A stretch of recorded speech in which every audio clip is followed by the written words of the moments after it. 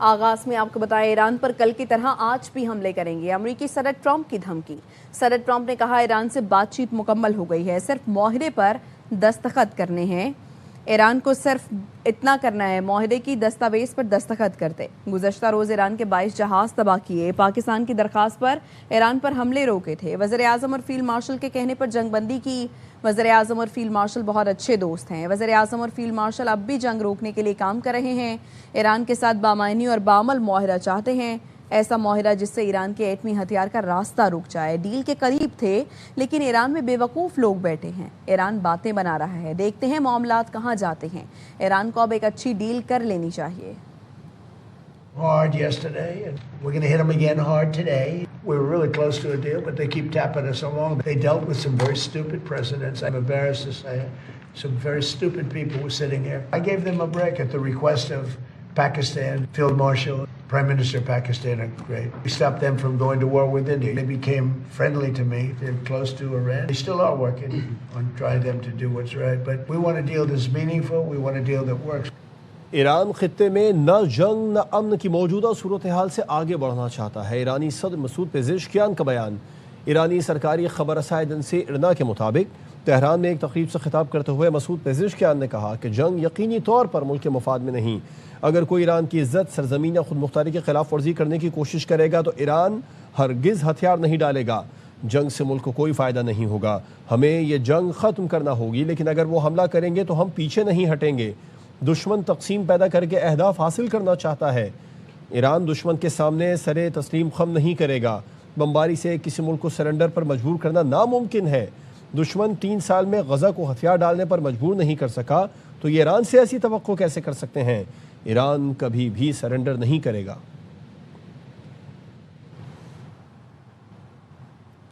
Trump نے جو دھمکی دی واپس اس کے منہ پر ماری۔ ترجمان ایرانی فوج کہتے ہیں ٹرمپ اور نیتن یاہو کو پہلے سے خطرناک اور دردناک جواب دیں گے۔ جونس چکاجی نے کہا ہمیں کسی قسم کی پریشانی نہیں، دشمن کو شکست دینے کے لیے پرعزم ہیں۔ نے جو بھی دھمکی لگائی ہے تو ہم نے اس کا منہ توڑ جواب دیا ہے۔ 13 جون 2025 سے لے کر ہم نے ہر چیز کا جواب دیا ہے۔ ہم کسی صورت بھی عقب نشینی نہیں کریں گے۔ پہلے سے بھی زیادہ خطرناک، دردناک اور سخت جواب دیں گے۔ اس عالمی مسلط شدہ نظام اور ٹرمپ اور نیتن یاہو ان کو جواب دیں گے۔ امریکی فوج کی خلیج عمان میں بھارتی ٹینکر کے خلاف کارروائی۔ سینٹ کام نے بتایا کہ بھارتی ٹینکر کو ناکہ بندی اور احکامات کی خلاف ورزی پر نشانہ بنایا گیا۔ بھارتی ٹینکر میں کیمیکل تھا جسے امریکی جہازوں نے نشانہ بنایا۔ بھارتی ٹینکر پر حملے کے 21 افراد کو بچا لیا گیا، 3 لاپتہ ہیں۔ رائٹرز کے مطابق بھارت نے بحیرہ عمان میں آئل ٹینکر پر حملے امریکی مشن کے نائب سربراہ کو طلب کر لیا۔ آئل ٹینکر پر امریکی حملے کے خلاف باضابطہ اپنا شدید احتجاج ریکارڈ کرایا۔ حملے کے بعد آئل ٹینکر میں آگ لگنے سے عملے کے 3 بھارتی اہلکار لاپتہ ہیں۔ متاثرہ آئل ٹینکر کے مجموعی طور پر 28 افراد کے عملے میں سے 24 بھارتی شہری تھے۔ قومی اقتصادی کونسل نے آئندہ مالی سال کے اہم معاشی اہداف سالانہ ترقیاتی پروگرام کی منظوری دے دی ہے۔ اجلاس سے خطاب میں وزیر اعظم نے کہا دفاع اور صنعتی ترقی کے لیے وسائل درکار ہیں۔ M D I M F سے کل رات تفصیلی گفتگو ہوئی، وہ پاکستان کی مخلصانہ کوششوں سے بہت خوش ہیں۔ پاکستان نے مائکرو استحکام حاصل کر لیا، اب معیشت کو ترقی کا انجیکشن لگانا ہوگا۔ وزیر اعظم نے چاروں صوبوں کے وزراء اعلیٰ کا بھی شکریہ ادا کیا۔ میکرو لیول پر ہماری معیشت سٹیبل ہے، گروتھ کی انجیکشن انتہائی اہم مرحلہ ہے۔ مل کر کوشش کی آئی ایم ایف پروگرام پر ہم عمل پیرا رہے۔ سب سے بڑا جو آپ کا چیلنج ہے دفاع کو مضبوط بنانا۔ جو ٹیررزم ہے پوری قوم قربانیاں دے رہی، خاص طور پر کے پی اور صوبہ بلوچستان کے عوام، لا انفورسنگ ایجنسی، ہماری آرم فورسز ہمیں درکار ہے۔ اکانومی میں ایسے انسینٹیوز انجیکٹ کرنے ہوں گے جس سے ایکسپورٹس بڑھیں، مینوفیکچرنگ ریوائیو ہو۔ کل رات میں نے خود M D I M F سے بڑی تفصیل سے گفتگو کی۔ She was extremely appreciative of Pakistan and sincere efforts. قومی اقتصادی کونسل نے صوبوں کے ترقیاتی بجٹ میں 920 ارب روپے پر اتفاق کر لیا ہے۔ بلوچستان کے ترقیاتی بجٹ میں کٹوتی نہیں ہوگی۔ دستاویز کے مطابق بلوچستان کا ترقیاتی بجٹ 308 ارب روپے پر برقرار رہے گا۔ پنجاب کا ترقیاتی بجٹ 701 ارب روپے کم کر دیا گیا۔ سندھ کا ترقیاتی بجٹ 110 ارب روپے کم کیا گیا۔ خیبر پختونخوا کا ترقیاتی بجٹ 109 ارب روپے کم کیا گیا۔ صوبوں کے ترقیاتی بجٹ کی مد میں اب 2218 ارب روپے رکھنے کی تجویز ہے۔ ذرائع کا کہنا ہے کہ صوبوں نے وفاق کے ترقیاتی بجٹ پر اعتراض کیا۔ وفاق نے ترقیاتی بجٹ 126 ارب روپے کم کر کے 1000 ارب روپے رکھنے کا فیصلہ کیا۔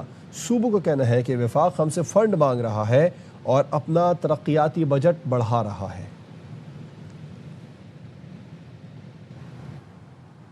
قومی اقتصادی سروے آج پیش کیا جائے گا۔ رواں مالی سال معیشت کیسی رہی؟ ARY نیوز نے اقتصادی سروے کی تفصیلات حاصل کر لی ہیں۔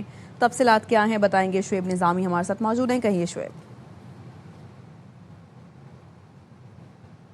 ترقی کا ہدف ہے وہ 4.5% تھا، لیکن یہ صرف 2.8% حاصل ہوگا۔ جو ہماری میجر کراپس ہیں اس کی ترقی کا ہدف 6.7% تھا، لیکن صرف 0.6% حاصل ہوگا۔ جو دیگر فصلوں میں ترقی کا ہدف جو ہے وہ 3.5% تھا، لیکن 2.4% حاصل ہوگا۔ کاٹن جننگ کے اندر جو ہے وہ ریکارڈ کمی دیکھنے میں آئی ہے۔ لائیو اسٹاک جو ہے وہ 4.2 کا اس کا ٹارگٹ ہے، لیکن یہ 3.7% رہے گی۔ جنگلات میں ترقی کا ہدف 3.6% ہے، لیکن اس میں 2% شرح نمو رہے گی۔ ماہی گیری کا ہدف جو ہے وہ 3% ہے، لیکن صرف 1.5% جو ہے وہ ماہی گیری میں نظر آ رہا ہے۔ صنعت کے لیے جو ترقی کا ہدف ہے وہ 4.3% تھا، لیکن اس کی شرح نمو 3.5% ہے۔ معدنیات میں 3% شرح نمو کا ہدف تھا، لیکن اس کی شرح صرف محض 0.38% ہے۔ جو ہماری بڑی مینوفیکچرنگ ہے اس میں ترقی نظر آتی ہے، اور ترقی کا ہدف 4.7% تھا، لیکن جو ہماری مینوفیکچرنگ کی شرح ہے وہ 6.6% نظر آ رہی ہے۔ اسی طرح جو ہماری بڑی صنعتیں ہیں ان کی ترقی کا ہدف 3.5% تھا، لیکن یہ 6.1% نظر آ رہا ہے۔ جی آپ کا شکریہ۔ چیئرمین PTI بیرسٹر گوہر کہتے ہیں کہ دفاعی بجٹ سیاسی نہیں، آئینی، قانونی اور ادارہ جاتی مسئلہ ہے۔ دفاعی ضروریات پوری کرنا وفاقی حکومت کی آئینی ذمہ داری ہے۔ صحافیوں سے گفتگو میں یہ بھی کہا کہ حکومت کے پاس عوام کو دینے کے لیے کچھ نہیں ہے۔ NFC ایوارڈ میں صوبے کے عوام کا جائز حق مانگ رہے ہیں، چاہتے ہیں اس جدوجہد میں مولانا فضل الرحمان بھی ہمارے ساتھ ہوں۔ ایشو نہیں ہے، ایکچولی لیگل اور کانسٹیٹیوشنل ایشو ہے، اور دفاع بڑی مضبوط ہونی چاہیے، لیکن یہ ذمہ داری وفاقی حکومت کی، وفاقی حکومت فلفل کرے۔ تو وفاقی حکومت اپنے ناکامی صوبوں کو پاس آن نہ کرے، یہ آئینی مسئلہ ہے۔ 18ویں ترمیم کے بعد NFC ایوارڈ میں چینجز جو اگر ہو بھی سکے تو یہ صوبوں کا شیئر کم نہیں ہو سکتا آئینی طور پہ، انلیس آپ اس میں امینڈمنٹ کر لیں۔ KPK کے لیے جو ہم شیئر NFC ایوارڈ میں مانگ رہے ہیں، سارے KPK کا ایک ایشو ہے، یہ سیاسی نہیں ہے، یہ ہمارے عوام کا ہے، اس لیے ہم چاہتے ہیں کہ مولانا صاحب بھی ہمارے ساتھ آئیں۔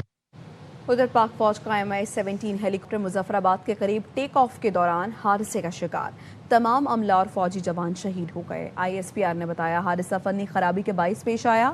پاک فوج نے وجوہات جاننے کے لیے بورڈ آف انکوائری تشکیل دے دیا ہے۔ Chief of defence forces field marshal Syed Asim Marine نے قیمتی جانوں کے ضیاع پر گہرے دکھ کا اظہار کیا ہے۔ پاک فوج کی جانب سے شہداء کے اہل خانہ سے دلی تعزیت و ہمدردی کا اظہار کیا گیا۔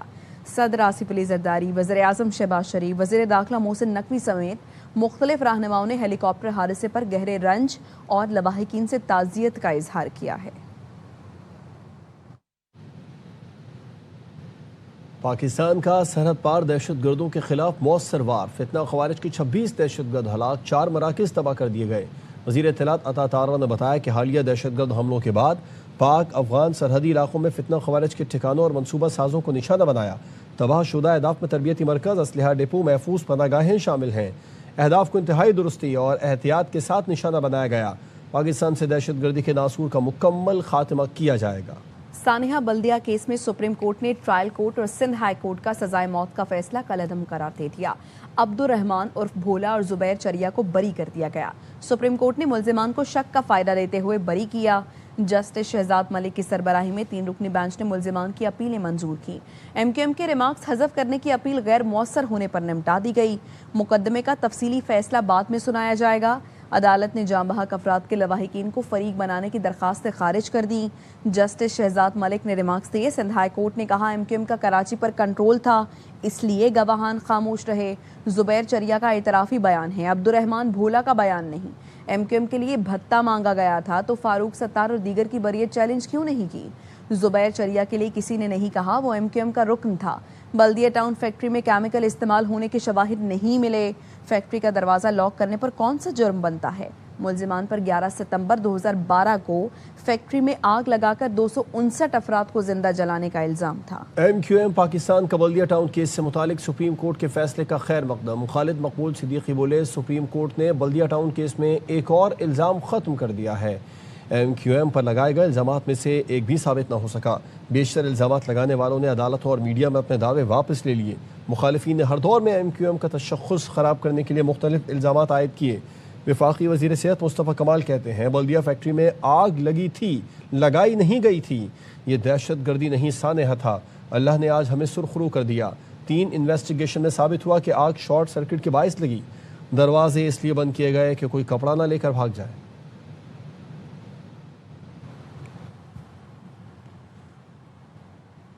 خالد مقبول صدیقی ایم کیو ایم کے قانونی چیئرمین بھی ہیں اور غیر قانونی چیئرمین بھی۔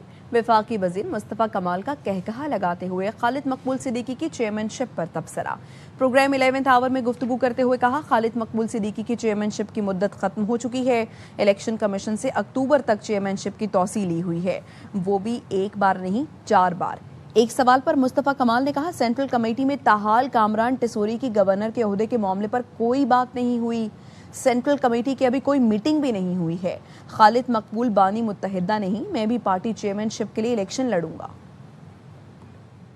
بڑی ہینیس بات ہے۔ آخر میں بجٹ سے متعلق ہاں یا نہ میں جواب دے سکیں، ایم کیو ایم کی بطور پارٹی کی ایم کیو ایم نے شرط لگائی ہے کہ ہم یہ کامران ٹیسوری صاحب کو بحال کریں ایز اے گورنر تو ہی ہم بجٹ پہ ساتھ دیں گے۔ دیکھیے ہمارے پارٹی یہ ڈیمانڈ ہے ایم کیو ایم کے ابھی جو ہے وہ لیگل اور ان لیگل جو بھی ہیں چیئرمین تو خالد مقبول ہیں، ان کی ڈیٹ ایکسپائر ہو گئی ہے، ابھی وہ ایکسٹینشن پہ ہیں، چیئرمین ہے ایکسٹینشن، انہوں نے اکتوبر تک کی اپنی چیئرمین شپ کی ایکسٹینشن لی ہوئی ہے الیکشن کمیشن سے الیکشن کرانے کی، تو ڈیفینیٹلی ڈیٹ تو ایکسپائر ہو گئی ہے۔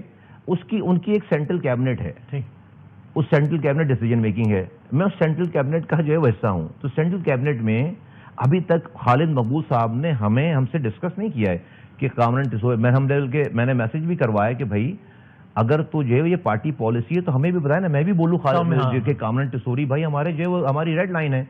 تو ابھی تک ہمیں تو نہیں کوئی میٹنگ ہی نہیں ہوئی ہے، کوئی میسج ہی نہیں ہے، تو مجھے جس دن وہ کہیں گے کہ جو ہے وہ اس دن آپ بھی بیان دیں گے، بھی بیان دیں گے۔ ہم نے تو لیڈر کی بات ماننی ہے، بھلے وہ leader illegal who legal who what ever جو بھی ہے، ابھی تک وہ آپ کو لیگل لگ رہا ہے؟ وہی دیکھ پاکستان کی تاریخ میں پہلی دفعہ ہے کہ کوئی لیڈر جو ایکسٹینشن اپنے الیکشن کی، لیڈر تو اتنا پاورفل ہوتا ہے کہ وہاں الیکشن ہی نہیں ہوتے، کاغذوں پہ الیکشن ہوتے، ایسے ہی ہوتا ہے نا بھائی۔ یہ ایم پی ایم این اے جو ہے وہ جا کر ایکسٹینشن لیتے نا، یہ جو ہے لیڈر ہی جا کر ایکسٹینشن لے رہا ہے، ایک نہیں 4 ایکسٹینشن لے رہا ہے۔ عوامی مسائل سے علیحدگی پسند ایجنڈے تک کالعدم جوائنٹ ایکشن کمیٹی کے چہرے سے نقاب اتر گیا۔ کشمیر کے لوگ اپنا جھنڈا، اپنی اسمبلی اور اپنا پاسپورٹ بھی رکھیں گے اور یہی ہمارا خواب ہے۔ سرغنہ کالعدم جوائنٹ ایکشن کمیٹی کا خطاب، مطالبات کے اصل مقاصد انڈیا کے ایجنڈے کو تقویت دینا ہے۔ کہ پہاڑوں کے لوگ اپنا پاسپورٹ بھی رکھیں گے، اپنا جھنڈا بھی رکھیں گے، اپنی اسمبلی بھی رکھیں گے، اور یہی ہمارا خواب ہے اور اسی خواب کو لے کے آگے بڑھنا پڑے گا۔ تو ہم بچے سے ایک بھی زندہ رہے گا تو حق کی ملکیت، حق کی آزادی، حق کے اختیار کی لڑائی کو آگے بڑھائیں گے انشاءاللہ تعالی۔